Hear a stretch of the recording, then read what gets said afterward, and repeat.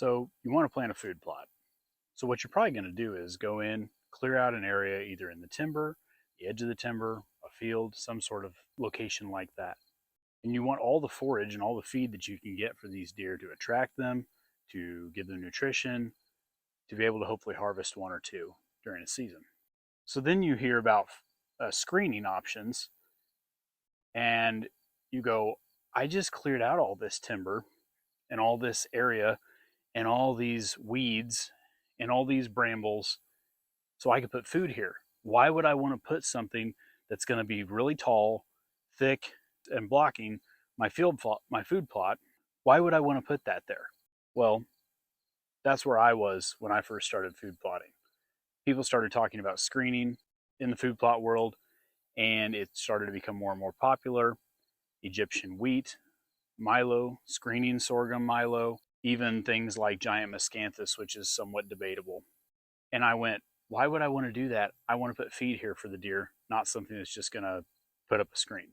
But as time's gone on the last few years, I've started to really see the benefits of putting in a screen in your food plot or around your food plot. So there are several different things, and I'm going to give you three main purposes for screening in your food plot. Number one, access. So if you put a screen up like this one right here that goes all the way along this 1/4 acre food plot that we have, you're going to see that it makes your access that much easier. You're going to be able to get in and out of your stand locations easier. If there happen to be deer in the field or deer nearby, you're going to be hidden from them much better. Now, last year, this screening, this is the Fortress screening from Grandpa Ray Outdoors. It was a lot better last year than this year, and that was on me. I planted it the first week of May as opposed to the first week of June, and then we had about 2 or 3 weeks of really cool weather, and it never was able to get ahead of the weeds and grasses that came up in it. But I still have a pretty good screen here this year, if for nothing else than there's a little bit of Milo in it for some feed even, but also I'll give you a benefit that's number two. Number two is funneling or kind of guiding your deer. So last weekend, actually, I was hunting in a stand, and it's right over here to my right. I arranged this screening when I first got in the stand, and notice it's 30 yards away, and I thought that was weird because last year it was 40 yards away. So then I remembered I planted this screen 2 times or twice as wide as it was the previous year. So instead of being 40 yards, now it's only 30 yards, which is actually a really great thing because for me as an archer, I'm really only planning on shooting at a deer from 30 yards or closer. So when it came to funneling or guiding your deer, or even for your own knowledge, anything inside of this screen to my stand I know is 30 yards or less. That makes a lot, that takes a lot of the guesswork out of the game when deciding how far an animal is to shoot at.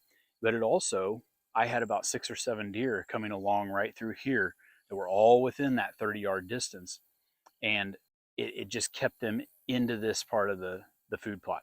Now, does that mean they're never going to go out into this hayfield over here on the south side of the food plot? No, they go out there all the time too. But it does give them that sort of barrier. So even if you just put in a screen, or if you just put in a Milo plot, you're going to have 4 to 5 feet of height that's going to just guide those deer like a fence over toward where you're hunting. And number three, what's number three? Hi, baby. Hi, Candy.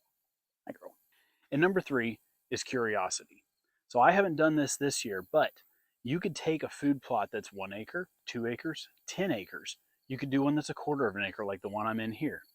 And you can divide that plot up using your screening by going across in 1 or 2 different sections of the food plot. And you could even plant different forages in different, as like in those different blocks of the food plot. Now, the thing about that is when it comes to curiosity, if a buck or a doe or any deer comes out into one section of the food plot and there's a screen there that they can't see to the next section, and this would work even better for a bigger plot. They can't see to that next section, they've got to make their way over to there to see, is there a hot doe out there? Are there other deer out there? Is there anything out there? What other forage is out there? So it just piques their curiosity to have to actually not be lazy and get out and go see what they can find. So as I mentioned, in the past, I wasn't a fan of screening. I didn't really understand the purpose.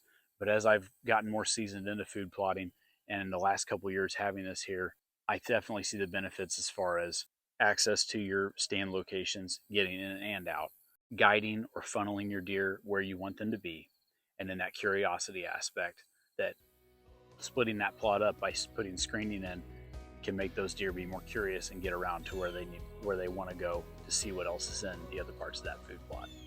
So thanks for watching Farming for Whitetails. We'll see you next time.